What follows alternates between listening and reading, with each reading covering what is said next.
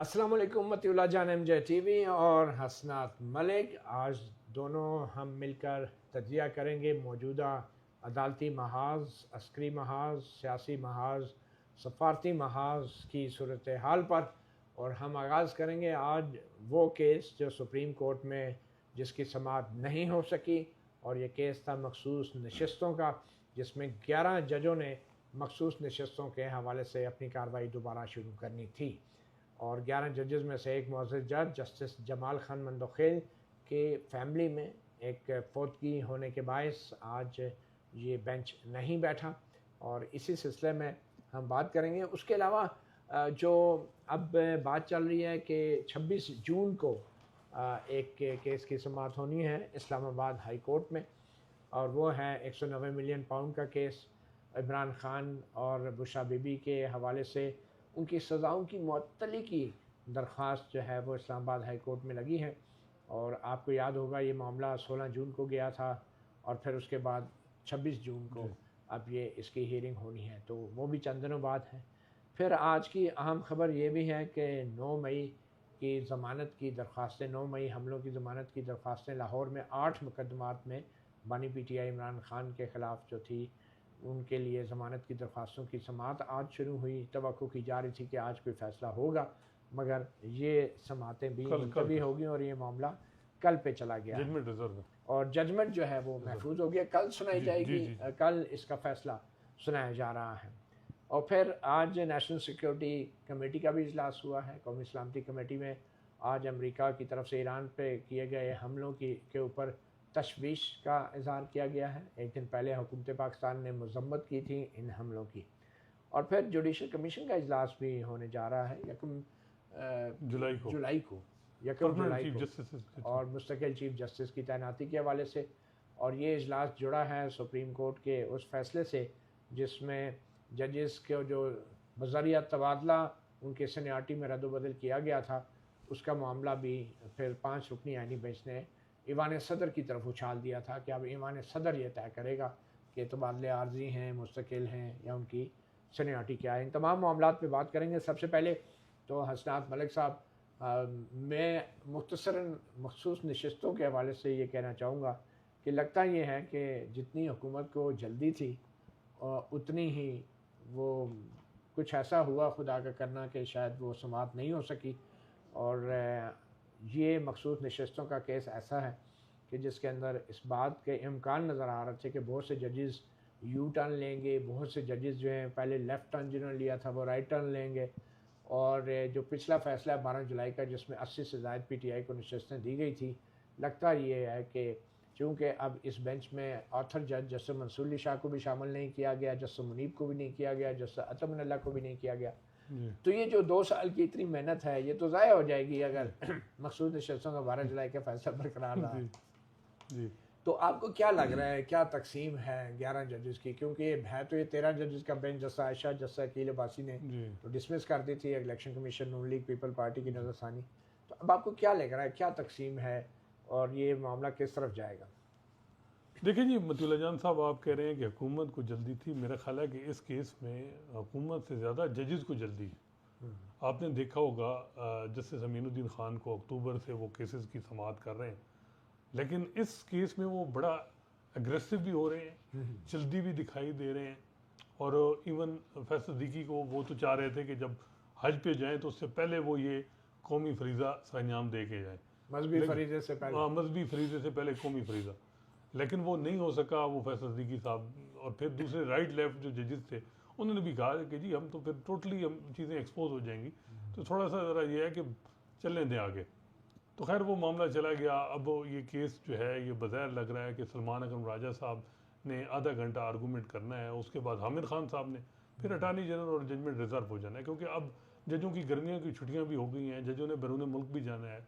May be वो NOC ले लिया हो याहिया अफरीदी साहब से, अपनी लोकेशन भी उन्होंने शेयर करनी होगी। अब तो आपको पता है कि जिस तरह याहिया अफरीदी साहब ने जो SOPs मुरतब किए हैं कि जज जब छुट्टी पे जाएगा तो वो पूरा लोकेशन, एड्रेस सब कुछ शेयर करेगा, और किसी टाइम पे भी छुट्टी उसकी रिवोक हो। ये रूल्स उन्होंने बना दिए। जी जी, SOP पहले प्रेसिडेंशियल ऑर्डर में कुछ अमेंडमेंट हुई है कि जी प्रेसिडेंट किसी को इनकार भी कर सकते हैं जज को कि भाई आप नहीं, जिस तरह मंसूर अली शाह साहब को लेकिन ये इनकार। इख्तियार तो अब चीफ जस्टिस अब देखें ना, दो चीज़ें ऐसी हुई हैं जिस पे रूल्स बने। एक ये बना कि आपको याद होगा कि जस्टिस आयशा मलिक और जस्टिस अकील अब्बासी ने अपना जो मिनॉरिटी व्यू था वो अपलोड वेबसाइट पे किया, बड़ा ज़बरदस्ती करवाया ये जो भी। उसके बाद एक खबर छपी कि जी वो अब जो हेड है बेंच का, वो जब कहेगा उसके बाद बेंच आप अपलोड कर सकते हैं वेबसाइट पे, आपका जो ऑर्डर है इसके अलावा नहीं हो सकता। अब इवन इतलात ये हैं कि ये जो जजेस का जो बेंच पे ऑब्जेक्शन है रिजर्व सीट के केस में, इस पे मंदोखेल साहब ने अपना नोट लिख दिया है, लेकिन आइनी बेंच के सरबराह जब जो है वो रजामंदी का इजहार करेंगे तो तब वो जो है वो पब्लिक होगा वेबसाइट पे। तो अब ये है कि इसे वो एक सूरत हाल हुई तो रूल तब्दील हो गए। अब यही है कि मंसूर अली शाह साहब ने बैरून मुल्क जाना था सऊदी अरब, तो छुट्टी नहीं दी गई।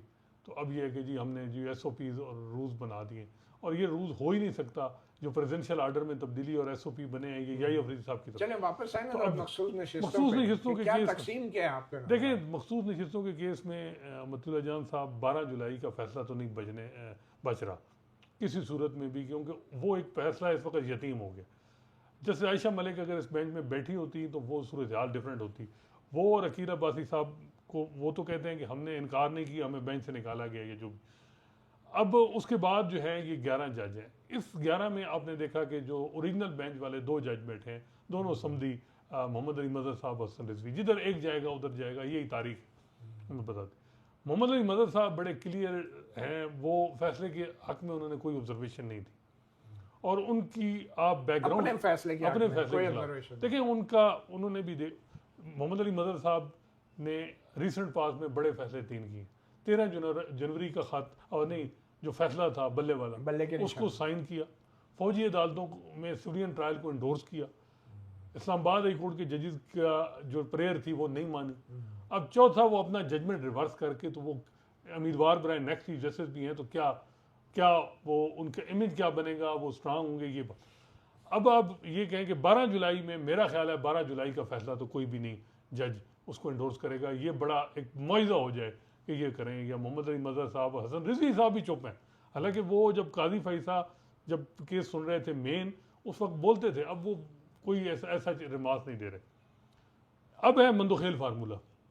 जमाल मंदोखेल साहब ने जो कहा कि जी जिन लोगों ने नॉमिनेशन पेपर में PTI का जो वो एफिलिएशन दायर की है वो 39 अलहदा हैं, उसको PTI वाला डिक्लेयर कर दें। बाकी जो है वो उन्होंने इंडिपेंडेंट थे तो सुन्नी इत्तेहाद कौंसिल ज्वाइन कर ली, सुन्नी इत्तेहाद कौंसिल को मिल नहीं सकती, 39 के हिसाब से रिजर्व सीटें दे दें। तो वो फार्मूला अभी वो जो फार्मूला मेरा ख्याल है जिंदा है, और फार्मूले का पर्पज़ ये है कि उस वक्त भी लोग कहते हैं कि वो फार्मूला हुकूमत के लिए एक्सेप्टेबल था। मेन पर्पज़ तो मतीउल्लाह जान साहब ये मखसूस नशिस्तों के केस का है कि आइनी तरमीम के लिए 2/3 ताकि पार्लियामेंट में पूरी की जाए, नेशनल असम्बली में 209 या 10 हैं। काजी फैसा ने भी 3 री-काउंटिंग करवा के नून लीग को सीटें दिलवाई। हालांकि इलेक्शन ट्रिब्यूनल बन गए, उन्होंने इलेक्शन कमीशन के आर्डर को करके लाहौर हाई कोर्ट के फैसले को सेटअप साइड करके 3 विकटें गिराई PTI की। अब ये अगर जो मंदोखेल फार्मूले के तहत 2/3 नेशनल असम्बली में बन सकती। मंदोखेल फार्मूला अब क्या पोजीशन है? दूसरा है अमीनुद्दीन खान साहब का व्यू कि जी ये फैसला ही गैर नहीं है, और जो पेशावर हाई कोर्ट का फैसला है कि ये माल गनीमत जो 78 सीटें हैं ये नून पीपल्स पार्टी और दूसरी जमातों में तकसीम कर दें। PTI वालों ने तो सुन्नी इत्तेहाद कौंसिल ज्वाइन किया तो इनको मिल नहीं सकती, तो ये माल गनीमत। अब माल गनीमत वाले में मोहम्मद अमीनुद्दीन खान साहब हैं, उनके साथ को ऑथर थे नईम अफगान। हालांकि नईम अफगान साहब ने 3 बड़े फैसले किए। 9 मई में लोगों को जमानतें दी सेनेटर एजाज चौधरी को। इसके बाद ये जो कल आपने देखा इस्लामाबाद हाई कोर्ट के जजेस के हवाले से केस में भी उन्होंने डिसेंट किया। मिलिट्री कोर्ट में भी सिविलियन ट्रायल को उन्होंने कहा ये अनकॉन्स्टिट्यूशनल। नईम अफगान को ऑथर हैं, अब मेरे ख्याल है वो जाएंगे अमीनुद्दीन खान साहब के साथ। अब अमीनुद्दीन खान साहब के साथ उनसे मुतासिर कौन हो सकता है? जो है आमिर फारूक साहब सुप्रीम कोर्ट में है तो उसमें कलीदी रोल अमीनुद्दीन खान साहब का था। अली बाकर नजवी साहब को किसी जज ने वोट नहीं दिया सिवाय अमीनुद्दीन खान साहब। ये 2 वोट मेरे ख्याल है पक्के ही बनते। तो आपके ख्याल में पहले जिस तरह 3 किस्म के फैसले आए थे जिसमें मेजॉरिटी ने 80 से ज़्यादा सीट PTI को देने का कहा, फिर जमाल खान मंदोखेल फार्मूला था 39 सीटों का, फिर 2 जजेस ने कहा कि बिल्कुल ही नहीं, ये तो नून लीग को जानी चाहिए। तो ये 3 किस्म के जो फैसले हैं अब भी हो सकते हैं, और जस्टिस अमीनुद्दीन खान और जस्टिस नईम अख्तर अफगान जो हैं वो अपने फैसले पे डटे रहेंगे और अगर वो डटे रहेंगे तो फिर वो जमाल खान मंदोखेल के साथ जाके लगता है कि जमाल खान मंदोखेल का फार्मूला फिर प्रिवेल करेगा।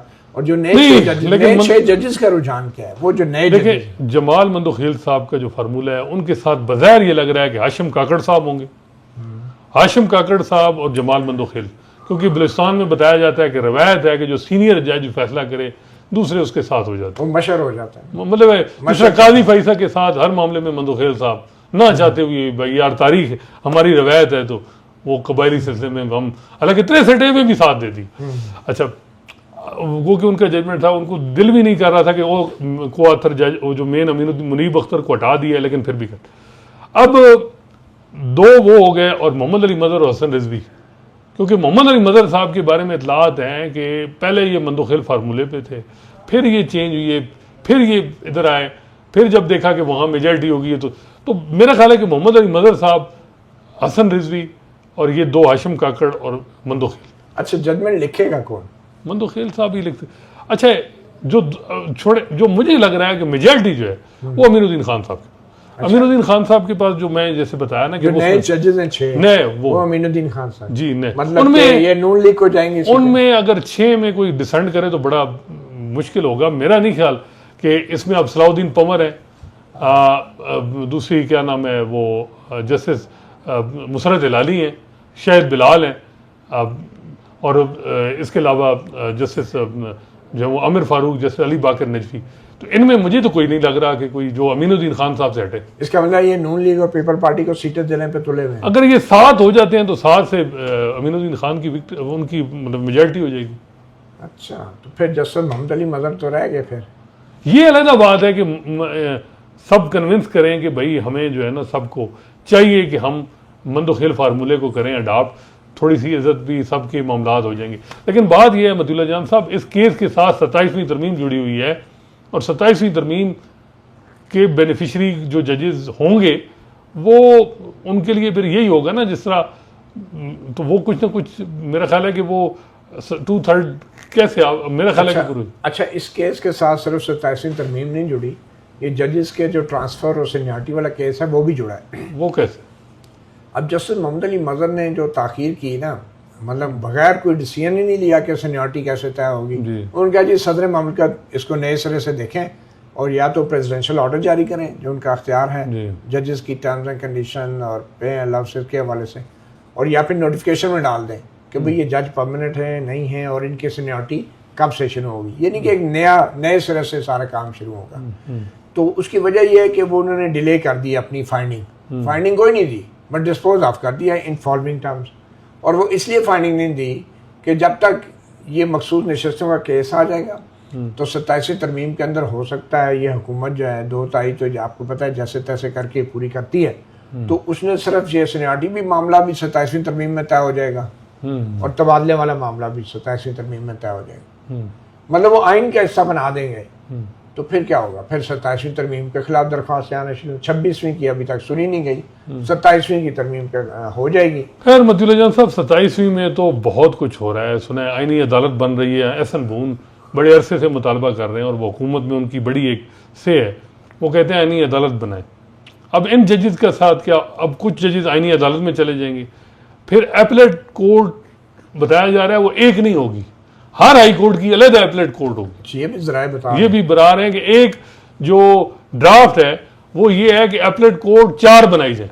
इस्लामाबाद हाई कोर्ट खत्म कर दी, हर सूबे की अलग। इस्लामाबाद हाई कोर्ट में जजेस को अपने अपने सूबों में भेज दिया जाए। और आप क्या कहना चाह रहे हैं कि हर सूबे की अपनी सुप्रीम एपलेट कोर्ट हो? जी वो सुप्रीम हाई कोर्ट से ऊपर एक होगी, यानी सुप्रीम कोर्ट खत्म हो जाएगी, सुप्रीम कोर्ट की जगह आईनी अदालत आ जाएगी। आईनी अदालत ये एक ड्राफ्ट है। देखिए पिछली दफा भी 8-10 ड्राफ्ट बने थे, तो फिर एक मैं आपको एक और बात बताऊं, हो सकता है कि आइन में तरमीम करके जो हाई कोर्ट्स हैं वो हर सूबे की सुप्रीम एपलेट कोर्ट हो जाए जी, और जो सुप्रीम कोर्ट है वो फिर आईनी अदालत बन जाए। मतलब वो नॉमेनक्लेचर की बात है ना, वो कहेंगे जी सुप्रीम कोर्ट में सिर्फ मामला आएगा या नहीं, वो ये कह रहे हैं कि हाई कोर्ट के ऊपर एक एपलेट कोर्ट अलग होगी, लेकिन जो आईनी अदालत है वो बिल्कुल डिफरेंट हो जाएगी।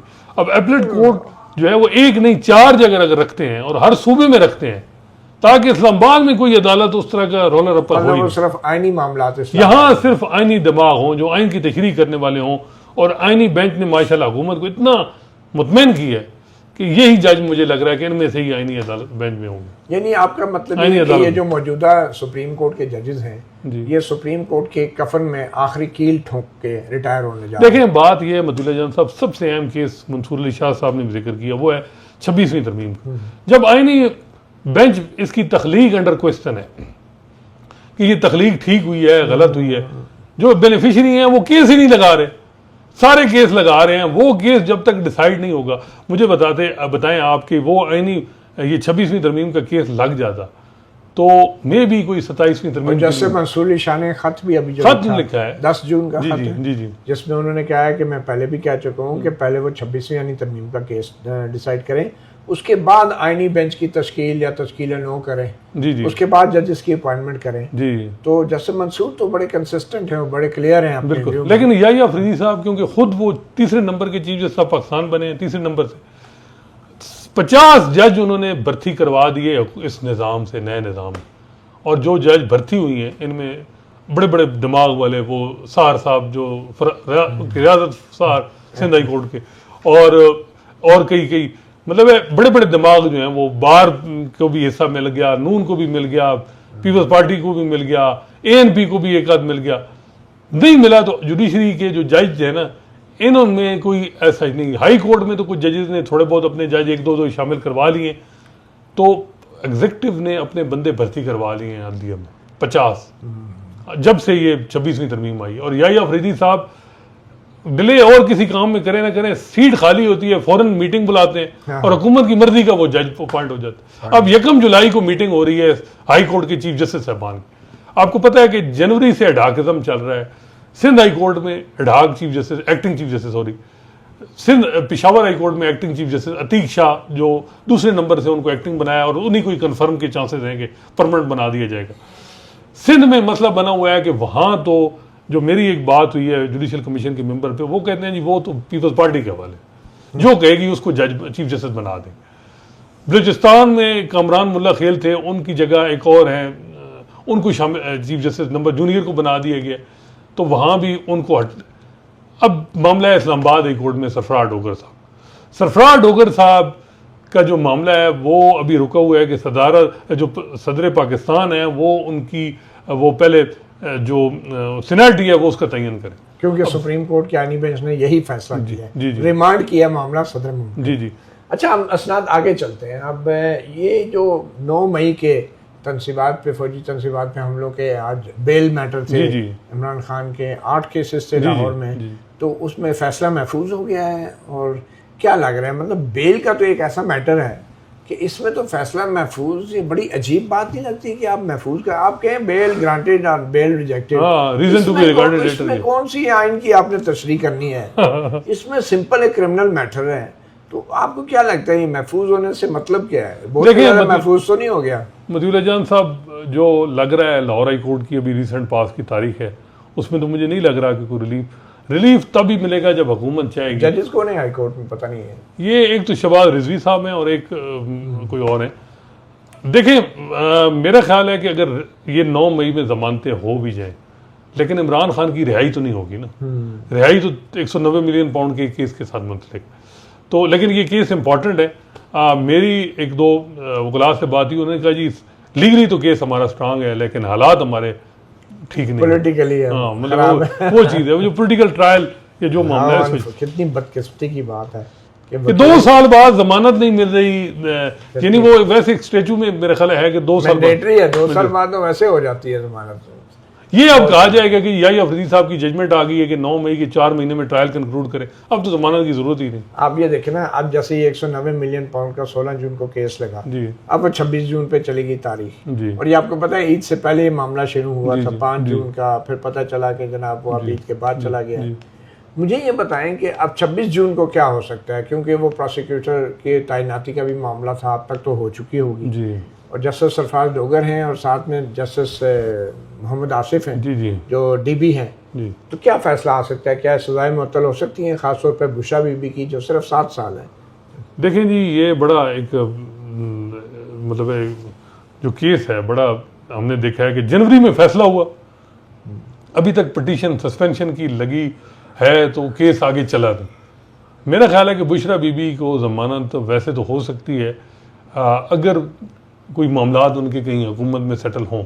हुकूमत के बगैर किसी को इमरान खान और बुशरा बीबी भूल जाएं, एग्जीक्यूटिव जब चाहेगी। देखिए मुझे बताएं, सरफराज डोगर साहब ने चीफ जस्टिस बनना है परमानेंट, 17 में से उनको हुकूमत को वोट चाहिए, हुकूमत के 8 वोट हैं, बल्कि 9 शौकत सिद्दीकी साहब को भी शामिल कर लिया गया है वो एक्ट मतलब एज ए जज के तौर पर। अब वो अगर हुकूमत को नाराज करके रिलीफ देंगे, मुझे ये बताएं उनको चीफ जस्टिस कौन बनाएगा परमानेंट? एक तअस्सुब बनता है ना मामला। ये जो आपने किया ना कि इस वक्त एडाकिज्म जो इंडिया में चल रही है कि जो जज हुकूमत को नाराज करेगा उसकी एलिवेशन नहीं होगी, वो सुप्रीम कोर्ट नहीं जा सकता, वो परमानेंट चीफ जस्टिस नहीं बन सकता। इस वक्त ये खबरें आ रही हैं कि 3 जजेस पे दौड़े लगी होती हैं मुख्तलिफ, खैर इस्लामाबाद में तो नहीं, और कि जी मुझे 8 वोट मिल जाए, मैं चीफ जस्टिस बन जाऊँ। सिंध में यही सूरत हाल बनी हुई है, यही मे बी और किसी जगह। तो ये बड़ा अनफॉर्चुनेट है। तो मेरा ख्याल है कि 26 जून को ये केस लंबा होगा। जब तक परमानेंट चीफ जस्टिस डोगर साहब हो जाएंगे वो, फिर उसके बाद हम देखेंगे कि क्या सूरत हाल बनती है। लेकिन उससे पहले तो आप देखेंगे कौन सा केस उन्होंने केसेस प्रोलॉन्ग किए हैं। जब तक वो भी कहते हैं ना, मतलब है कि उनका कोई वो उनको लाया गया, बड़ी एम्बेरसमेंट है कि उनको परमानेंट चीफ जस्टिस नहीं बनाया गया, कब तक वो एक्टिंग रहेंगे? सही, बिल्कुल सही। अच्छा, आप थोड़ा सा आगे चलते हैं। ये जुडिशल कमीशन का भी इजलास हो रहा है 1 जुलाई को। जी, इस पे बात हमने कर ली कि यकम को जो है मीटिंग, वो आपको डिसीजन इसमें हो जाएगा। जी जी जी जी। वो सदर पाकिस्तान पहले तो वो उस पर क्या कहते हैं, क्या वो इनको सरफराज डोगर साहब को जो वो सीनियर मोस्ट डिक्लेयर कर देंगे, लेकिन वो चैलेंज होगा। अब सदर अगर आखिरी दिन कर दें 30 तारीख और यकम को मीटिंग हो रही है, कम से कम ये तो हो ना कि 2-3 दिन पहले हो वो दूसरी साइड रिस्ट्रेनिंग ऑर्डर के लिए कोई सुप्रीम कोर्ट से रिज्यू करे, ये जो भी चलें। अच्छा, आखिर में अब हम आते हैं थोड़ा अस्करी महाज की तरफ। वहाँ पे नेशनल सिक्योरिटी कमेटी के इजलास में अमेरिका के ईरान पे हमलों की जो है उसके ऊपर तशवीश का इजहार किया गया जी। और बाकी तो ईरान के साथ खड़े हैं और इसराइल के हमलों की मजम्मत की गई है, अमेरिका के हमलों पे तशवीश का इजहार किया गया है। लग ये रहा है कि काफ़ी इम्तियाजी। देखिए, बात यह है कि ईरान के हवाले से जो हमारी पॉलिसी है ना, वो तयन अब उसका होना है कि अब फील्ड मार्शल साहब आए हैं अमेरिका के, उसके बाद ही पता चलेगा कि हम अब हमारी क्या पॉलिसी होनी है। तो पता चलने गया तशवीश और मजम्मत में फ़र्क नहीं, वो थोड़ा देखें अमेरिका के मामले में जो मेरी समझ है, आपने भी DSS defence strategic and study पढ़ी है, मैंने भी IR थोड़ा बहुत पढ़ा है कि आपने जो हमारी पॉलिसी हमने इंडिया के पर्सपेक्टिव से देखना। अब ट्रंप साहब को खुश करना है क्योंकि उनको न्यूट्रलाइज करना है इंडिया के हवाले, लेकिन अब जो ये दूसरा महाज ईरान वाला शुरू हो गया, ईरान भी उतना ही स्ट्रेटेजिकली इंपॉर्टेंट है हमारे लिए। वजह यह है कि ईरान के बाद जो बातें होती हैं कि इसराइल ने आपकी तरफ आना है, फिर बॉर्डर है आपके साथ, बलूचिस्तान में आपने अगर दहशतगर्दी ख़त्म करनी है तो ईरान की सपोर्ट चाहिए आपको। तो ये बड़ा चैलेंजिंग टाइम है कि अब जब एक जो माजी में जिस तरह अमेरिका हमसे कोऑपरेशन लेता रहा तो वो एक उम्मीद रखेगा। अब ये टेस्टिंग टाइम कि इसमें हम क्या करते हैं, किस तरह सूरत हाल, मे बी अमेरिकन भी इससे आगे ना जाएं सिर्फ स्ट्राइक। लेकिन अगर ये ईरान पे डिपेंड है कि ईरान आज हमला कर देता है और वो कोई अमेरिकन के किसी अड्डे पे कोई हमला होता है तो एस्केलेशन बढ़ेगी, तो फिर पाकिस्तान के लिए भी मसाइल बढ़ेंगे कि पाकिस्तान को इन हालात में किस तरफ चीज़ें चलनी। लेकिन मेरा ख्याल है कि पाकिस्तान अभी तक तो यही कोशिश रही है, सिवाय वो जो नोबल प्राइज़ वाला थोड़ा ज़्यादा ही हो गई, खच बच गई। अदरवाइज अगर आप देखें तो हमने जो पाकिस्तान के में चीज़ों को बैलेंस रखा है, चीन भी, अमेरिका भी और ईरान भी। लेकिन आगे जो आ रहा है ना 2 हफ्ते, वो बड़े इंपॉर्टेंट होंगे कि उनको वैसे देखिए। ये बैलेंसिंग एक्ट जो है ना जी, ये तने हुए रस्से के ऊपर एक सर्कस वाला बंदा तो कर सकता है, मगर जो हुकूमतें असूल पे चलती हैं, किसी प्रिंसिपल पे चलती हैं, वो कोई सर्कस वाला काम नहीं करती। उन्होंने काम असूलों पे करना होता है। तो ये जो नोबेल पीस प्राइज़ के लिए नामजद किया है अमेरिकी सदर को, इसका मतलब तो ये है कि पाकिस्तान, भारत और पाकिस्तान के दरमियान जो एटमी जंग रुक गई है उसका क्रेडिट सदर ट्रंप को दे रहा है। मगर साथ में पाकिस्तान ये भी कह रहा है कि भारत की आबी जाहरियत जारी है जी। हमारे पानी रोके हुए हैं, यानी जंग की हालत में हैं हम। तो अगर आबी जाहरियत भारत की जारी है तो फिर जंग तो नहीं रुकी, फिर तो सीज़फायर तो नहीं है, अमली तौर पे तो हम हालत जंग में। तो फिर अगर हम अमली तौर पे हालत जंग में अभी जारियत भी जारी है तो फिर पीस प्राइस किस बात का? ये भी तो एक सवाल है ना। क्या हम अपने भरपूर हक दफा से दस्तबरदार हो गए कि जो हम कहते हैं कि पानी रोकेंगे तो फिर ये तो ऐलान जंग है, तो क्या हम उस ऐलान जंग के बाद जवाब देने के हक से दस्तबरदार हो गए? मेरे ख्याल में हमें बात आपने की है कि हम थोड़ा ज़्यादा मीठा पड़ गया, ज़्यादा ही हो गया, तो थोड़ा सा। और दूसरा हमें, और मेरा ख्याल है कि ये इस वजह से है कि इंडिया के पर्सपेक्टिव से, और हमें अपने आप को ईरान के साथ मुवाजना नहीं करना चाहिए और ना ही हमें परेशान होना चाहिए, क्योंकि पाकिस्तान सिर्फ एटमी ताकत नहीं है, पाकिस्तान के पास एटमी हथियार हैं। और अगर ईरान की लेबॉर्ट्रियों पे हमला करके उनके प्रोग्राम को रोका जा सकता है तो खुदा न खास्ता पाकिस्तान जो है वो न्यूक्लियर वेपन स्टेट है। ये इस तरह के हमलों से आप न्यूक्लियर वेपन स्टेट को नहीं दबा सकते, ना ही ऐसे हमले आप कर सकते हैं। दूसरी बात यह है कि फिर हमारे पास ऑप्शन ज़्यादा हैं as a nuclear weapon state. Iran के पास शायद वो ऑप्शन नहीं थी। तो इसलिए अपने आप को इतना अंडरएस्टिमेट नहीं करना चाहिए और अपने आप को जो है ईरान से बेहतर बारगेनिंग पोजीशन में रख के हमें अपनी पॉलिसियाँ मरतब करनी चाहिए और बहुत ज़्यादा कमज़ोरी का मुजाहरा नहीं करना चाहिए। और बाकी तो अब देखें, तशवीश का इजहार तो हमने कर दिया है, जी खुदा न खास्ता मामला। लेकिन अब डिपेंड है कि ईरान ने अगर कोई हमला किया और खासकर गल्फ किसी स्टेट पे किया, हम कब तक तशवीश से काम चलाएंगे? हमें कहीं ना कहीं जाके एक बहुत वाज़ेह पोजीशन लेनी होगी। लेकिन और भी तो मतीउल्लाह जान साहब देखें ना कि ईरान के साथ अभी पूरी दुनिया में अगर जो हमारी पोजीशन है यही रशिया की है और यही चाइना की है, इसके अलावा और तुर्की की थोड़ी बहुत, और तो दूसरे ममालिक तो इस हद तक भी नहीं जा रहे। ये भी तो एक देखना है कि, और फिर इंडिया ने ईरान जो अमेरिका ने हमला किया उसको कंडेम भी नहीं किया। बिल्कुल सही। तो ये बड़ा आप कह रहे हैं, लेकिन मेरा ख्याल है कि लेकिन ईरान के लिए भी इसमें बहुत सबक सीखने को है जी, क्योंकि माजी में ईरान भी जो है, कुलभूषण यादव कहाँ से आया, और मेरे ख्याल में ये सारी चीजें ईरान के लिए भी बिल्कुल। और दूसरा ये है कि ये जो आपने अपनी फॉरेन पॉलिसी में किया कि हमने एक्सपोर्ट करना है अपना रेवोल्यूशन, उससे हटके अगर आप ये इस तरफ रखते ना, आपने एयरफोर्स उस तरह मजबूत की ना, आपने एटम बम बना लेते, 25 साल से आपको अगर पाबंदियां थी तो कम से कम इस हद तक तो हो जाता ना कि एटम बम बना होता तो आज डेटरेंस होता, वो भी नहीं था।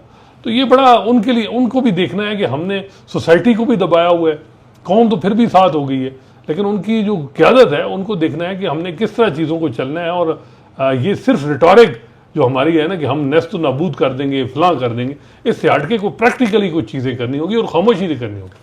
अच्छा देखें जी, हमें आखिर में मैं सिर्फ इतनी बात करूँगा कि फ़ौज के अंदर जब कोई प्लाटून जा रही होती है ना सड़क पे, तो आगे कोई पुल आ जाता है जी, तो वैसे प्लाटून जो है ना वो यक कदम एक आवाज़ के साथ चलती है, थप थप थप थप। लेकिन जब पुल पे पहुँचते हैं ना तो उनको कहा जाता है कि यक कदम ना हो। अच्छा, वहाँ पे थोड़ा सा डिप्लोमेसी का मुजाहरा करें, क्योंकि अगर वही यक कदम ठप ठप करके पुल से गुजरेंगे पुल गिर जाएगा। सही। तो ये जो यक कदम है ना, ठप ठप हर जगह नहीं चलती, और जो काम सफारतकारी है वो सफारतकारों को ही करने देना चाहिए, क्योंकि फिर पुल गिर जाते हैं, राब्ते टूट जाते हैं और नुकसान हो जाते हैं। तो बहरहाल हसनात मलिक, आपका बहुत शुक्रिया, और मतीउल्लाह जान MJ TV से हम दोनों को इजाज़त दीजिए। अल्लाह हाफ़िज़।